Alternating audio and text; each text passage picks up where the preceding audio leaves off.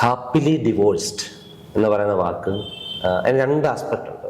Divorce ആ process ഒട്ടും ഈസിയാണ്. ഹാപ്പിലി ഡിവോഴ്സ് എന്നത് പിന്നീട്, അതായത് ഡിവോഴ്സ് ആയതിനു ശേഷം അയാൾ വീണ്ടെടുക്കുന്ന ജീവിതത്തെ വേണമെങ്കിൽ ഹാപ്പിലി ഡിവോഴ്സ് എന്ന് വേണമെങ്കിൽ പറഞ്ഞോളൂ.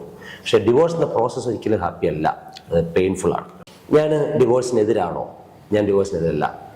ഞാൻ പറയും, നിന്റെ ജീവനും ജീവിതത്തിനും നിന്റെ ഈ വിവാഹബന്ധം നല്ലതല്ലെങ്കിൽ, സഹായിക്കുന്നില്ല, ജീവനും ജീവിതത്തിനും സഹായിക്കുന്നില്ലെങ്കിൽ യു ക്യാൻ ഡിവോഴ്സ്.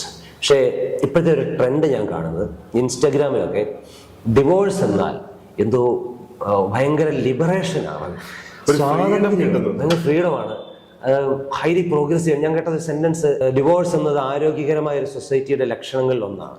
ഞാൻ കരുതുന്നത് ഈ അടിസ്ഥാനമുള്ള സ്നേഹമുള്ള കുടുംബങ്ങളാണ് ഇപ്പോഴും സമൂഹത്തിന്റെ ആരോഗ്യകരമായ സമൂഹത്തിന്റെ അടിസ്ഥാനം തന്നെയാണ്.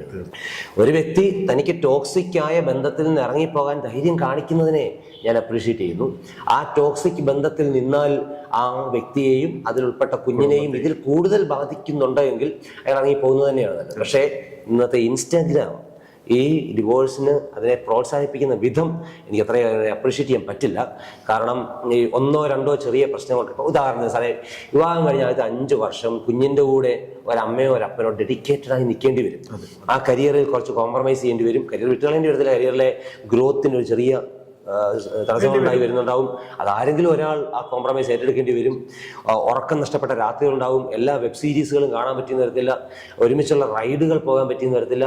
ഈ സമയത്ത് എൻ്റെ ജീവിതം ഇപ്പോഴത്തെ ഇൻസ്റ്റാഗ്രാം കളറുള്ള ജീവിതം പോലെ ആകുന്നില്ല എന്ന് കണ്ട് എൻ്റെ ജീവിതം ഞാൻ കോംപ്രമൈസ് ചെയ്യുകയാണ്, ദിസ് ഈസ് ഓൾ ടോക്സിക് എന്നൊക്കെ പറഞ്ഞുകൊണ്ട് കുടുംബജീവിതത്തിൽ നിന്ന് വിട്ടിറങ്ങി പോകുന്ന മനുഷ്യൻ്റെ ഒരു ഒന്നിനോടൊപ്പത്തിലൂടെയാണ് ഈ കേക്ക് മുറിച്ച് ആഘോഷം. സെപ്പറേറ്റഡ് ആയി കഴിയുമ്പോൾ ഈ അമ്മ അല്ലെങ്കിൽ അപ്പൻ കുഞ്ഞിനെ കൊണ്ടുപോകുന്ന ആൾ ഇവരിലേക്ക് തൻ്റെ മൊത്തം ഇൻവെസ്റ്റ്മെന്റിനെയും, അതായത് ഇതുകൊണ്ട് ഞാൻ പരാജയപ്പെട്ടിട്ടില്ല കേട്ടോ എന്ന് പ്രൂവ് ചെയ്യാനുള്ള ബാധ്യത മൊത്തം ഈ കുഞ്ഞിന്റെ മണ്ടയിലേക്ക് അടിച്ചേൽപ്പിക്കുന്നത് ഞാൻ കണ്ടിട്ടുണ്ട്.